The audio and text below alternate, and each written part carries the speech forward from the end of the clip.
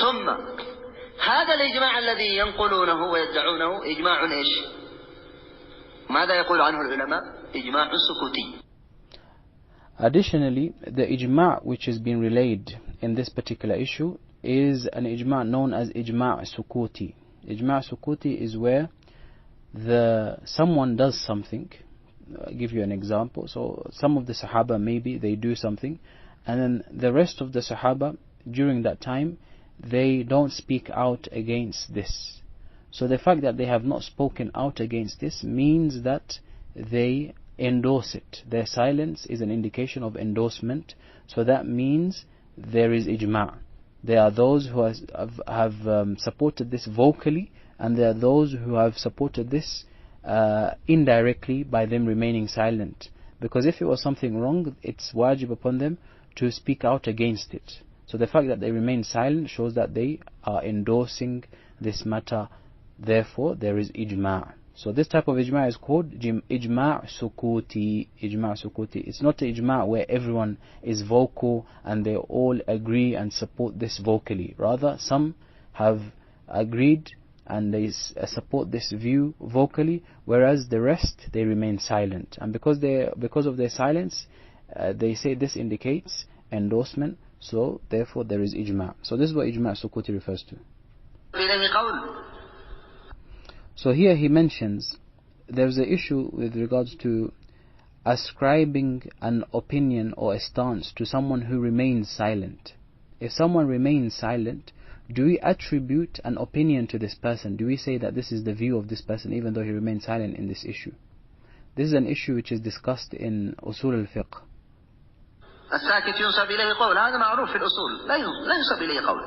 So what's correct is that the person who remains silent, it's not correct to attribute an opinion to this person. If he has not said anything in the mas'ala, we don't attribute an opinion to him. We don't say because he remains silent, his view is that he endorses this matter. Because it's possible that he remains silent not out of endorsement of that stance. Rather, he remains silent for a different reason.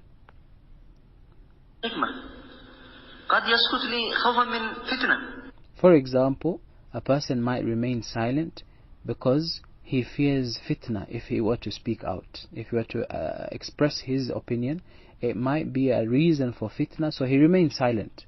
So if the person remains silent in this case, do we say, okay, you've endorsed this matter, and we ascribe this view to this to this person and say, so and so, he is of the view that this matter is halal.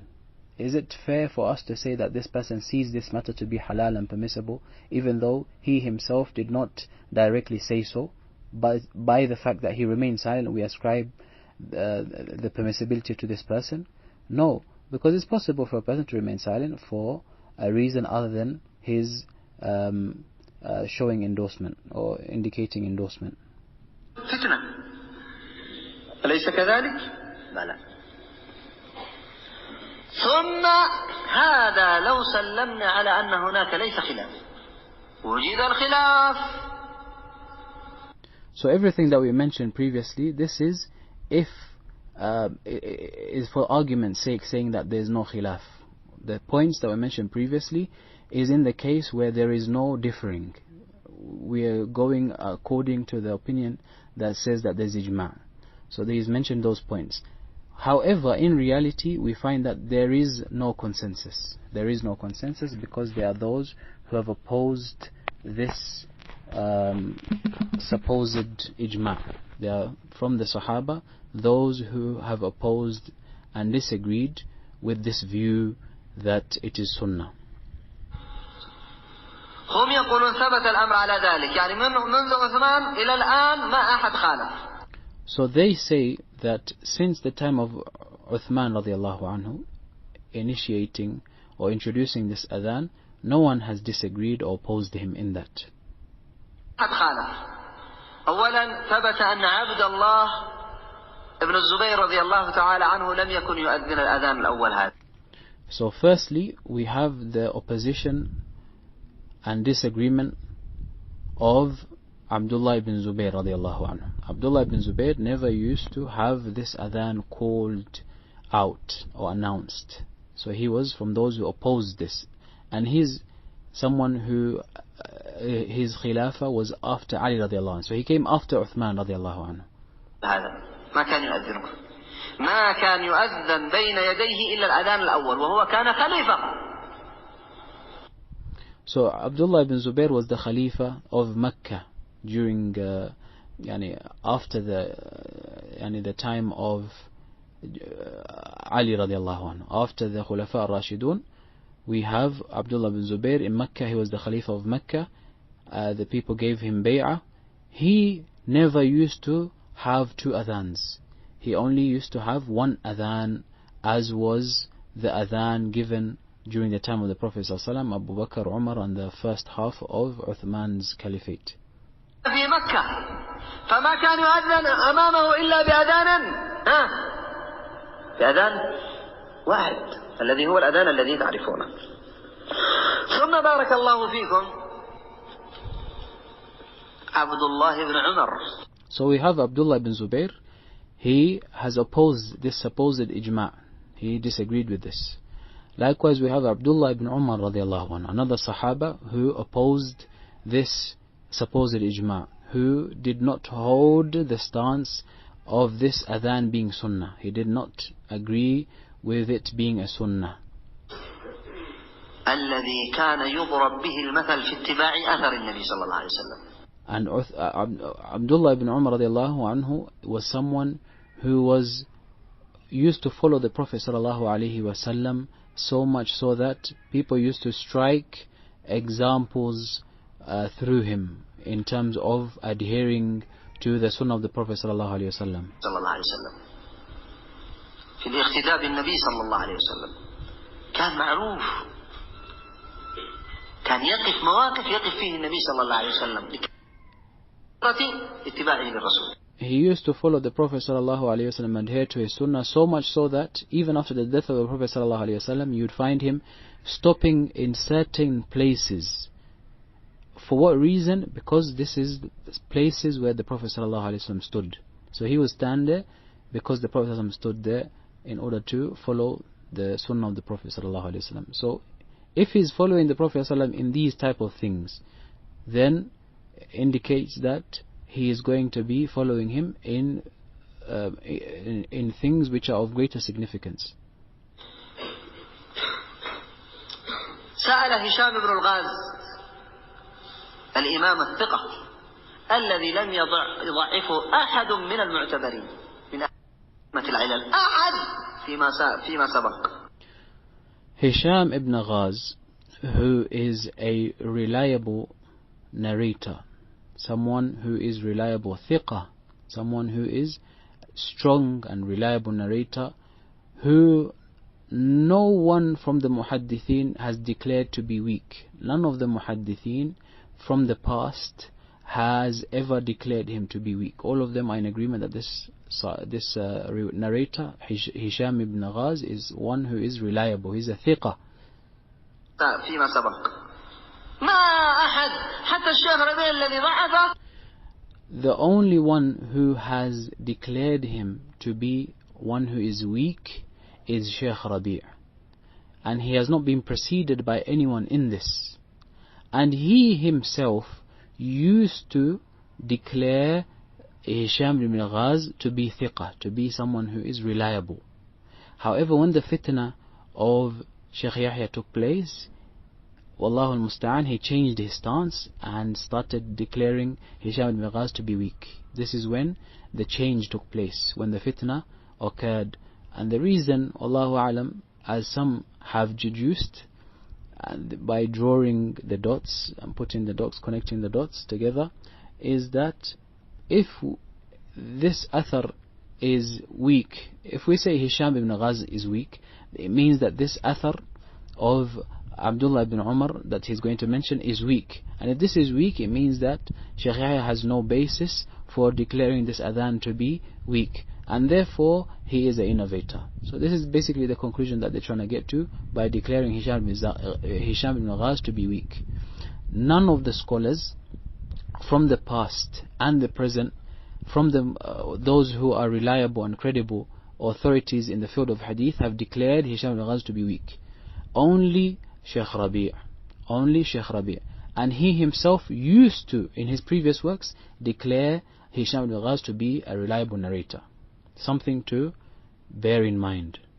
في كتب كثيرة يوثقه وأنه ثقة وأنه إمام. So in his previous works, many of his previous works, he used to declare him to be someone who is thiqah and an imam, someone who is reliable and a strong reporter. حتى الشيخ ربيع نفسه فما أحد ضعف هذا الإمام. يسأل من؟ نافع. So Hisham ibn Ghaz, he asks نافع. نافع يقول له يسأله عن الأذان الأول. So Hisham ibn Ghaz, he asks نافع concerning the first adhan. فقال نافع قال ابن عمر محدث. So نافع relate to him that Ibn Umar radiyallahu anhu said it is muhdath, it is an innovation. Bid'ah, it is an innovation. في كتاب وكيع قال بدعة ضالة وإن رآها الناس حسنا.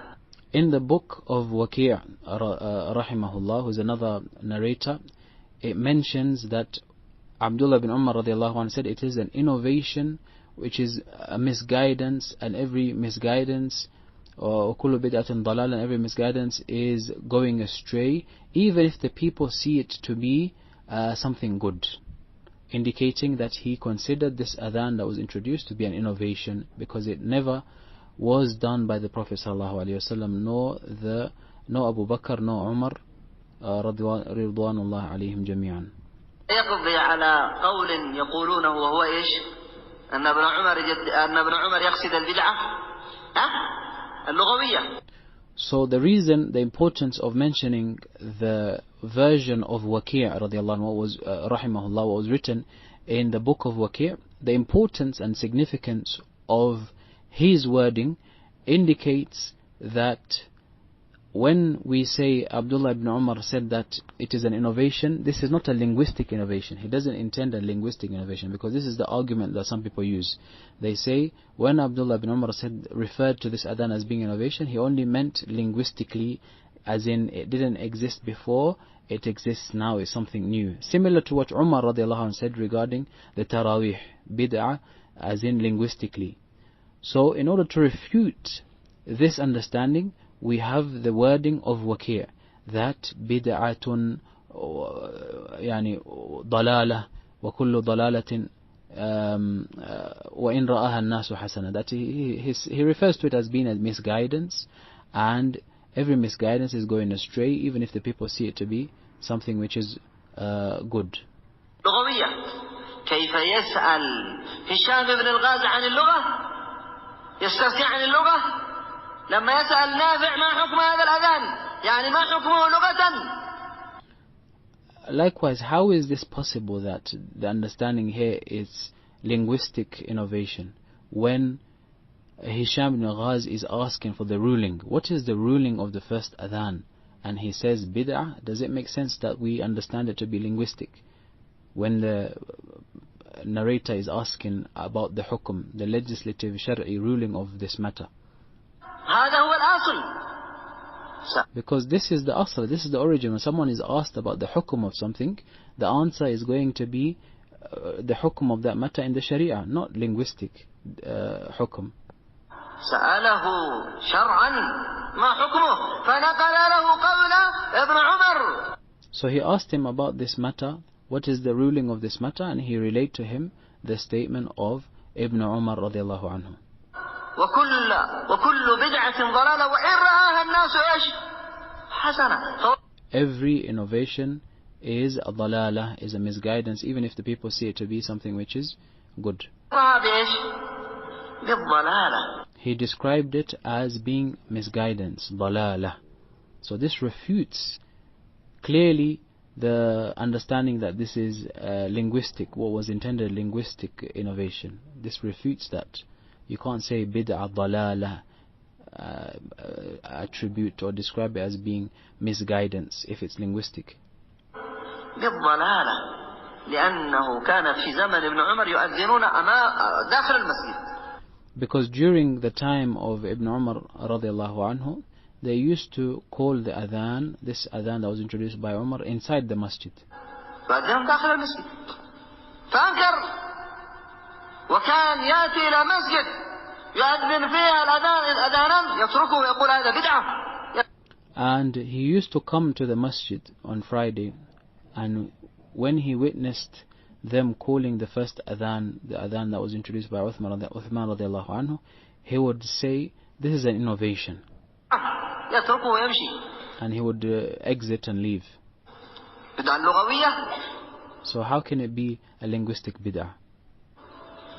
فادعى من يدعي هذا لعله ذهب ذهنه أو لعله ما رأى هذه الرواية ما اطلع على هذه الرواية. So those who claim this, that this is a linguistic bid'ah, they claim this understanding, perhaps they are ذهب ذهنه, their minds have left them, they're not fully alert, or their awareness has gone. It's either that, or they have not come across this wording, this riwayah from Ibn Umar that he said it is dalala, describing it as being misguidance.